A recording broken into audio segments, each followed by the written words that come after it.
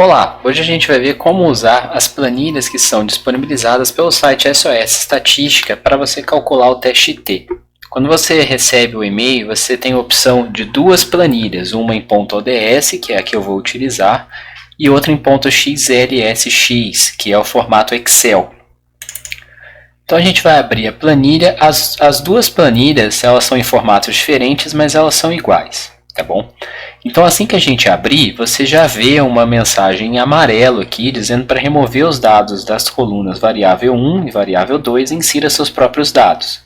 E depois veja a matemática a seguir. Então tá bom, eu vou apagar essa caixa de texto e daí eu vou ver aqui na minha esquerda que eu tenho essas duas colunas com as duas variáveis que eu mencionei. Aqui, claramente, você vai preencher com os seus próprios dados.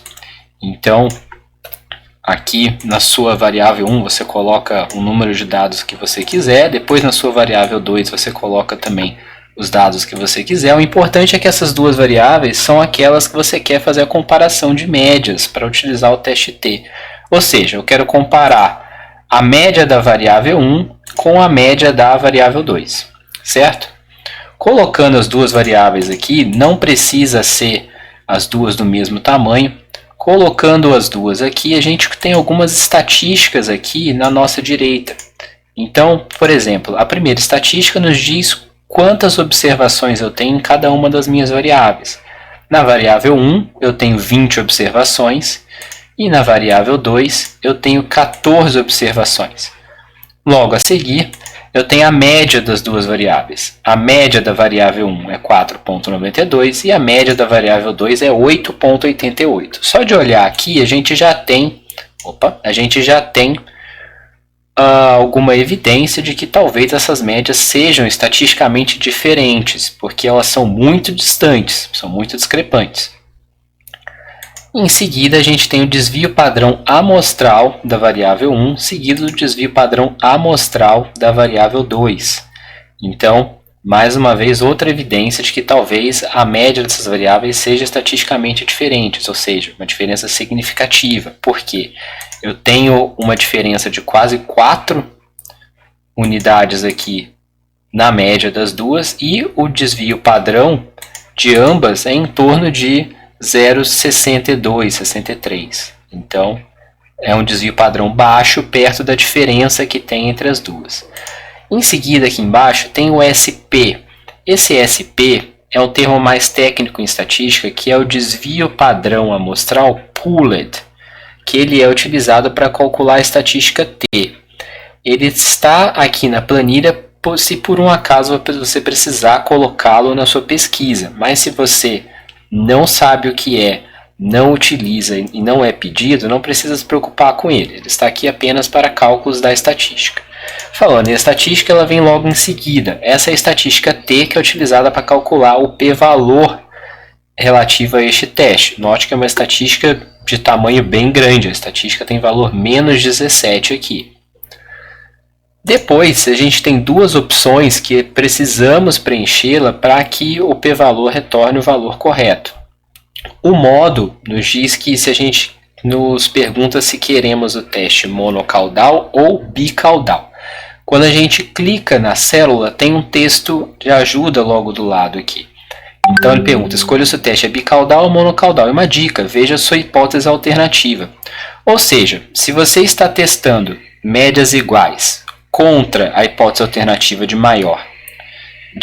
uma média maior que a outra, ou então, se você está testando médias iguais contra a hipótese alternativa de uma média menor que a outra, então você tem um teste monocaudal. A outra opção, quando a gente clica na setinha aqui, é a bicaudal, que é o mais utilizado, que é a hipótese nula de que as médias são iguais contra a hipótese alternativa de que as médias são diferentes. Tá? Então, quando eu tenho essa hipótese alternativa de médias diferentes, independentemente de ser maior ou menor, o meu modo é o bicaudal.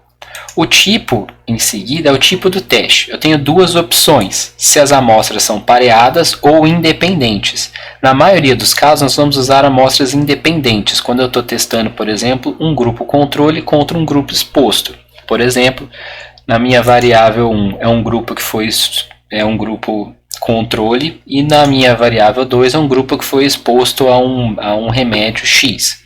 Então, essas duas amostras são independentes porque cada observação aqui vem de uma pessoa diferente. Se eu tenho amostras pareadas, no sentido de que um mesmo indivíduo foi amostrado duas vezes, ou seja, você quer verificar a quantidade de açúcar no sangue de uma pessoa antes de um tratamento, então isso seria a variável 1, e a quantidade de sangue depois de um determinado tratamento, essa seria a minha variável 2. Só que nesse caso eu preciso ter tamanhos de amostras iguais, para que cada linha represente um mesmo indivíduo, ou seja, isso aqui é o indivíduo 2 antes do tratamento e o indivíduo 2 depois do tratamento. Mas para todo caso, para a maioria dos casos, nós vamos usar amostras independentes. Esse é o p-valor que a gente utiliza nos relatórios para dizer se é estatisticamente diferente ou não essas médias.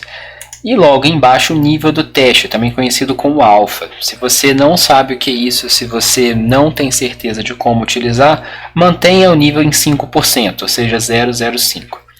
O resultado é, se o meu p-valor for menor que o nível do teste, então a diferença entre as médias é significativa. Neste caso aqui eu obtive um p muito pequeno. Isso daqui é 7,6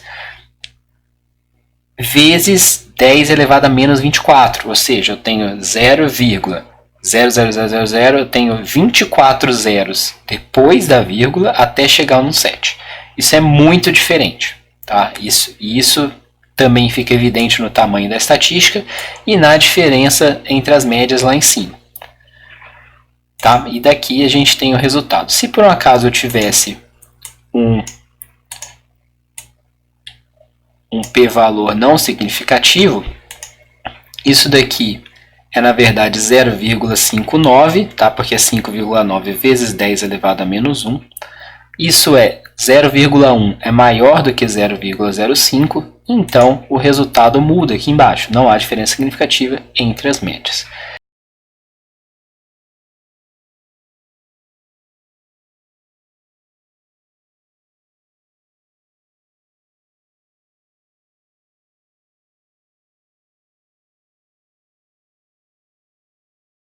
Se tiver mais alguma dúvida, é só responder ao e-mail que você recebeu com o link para essa planilha.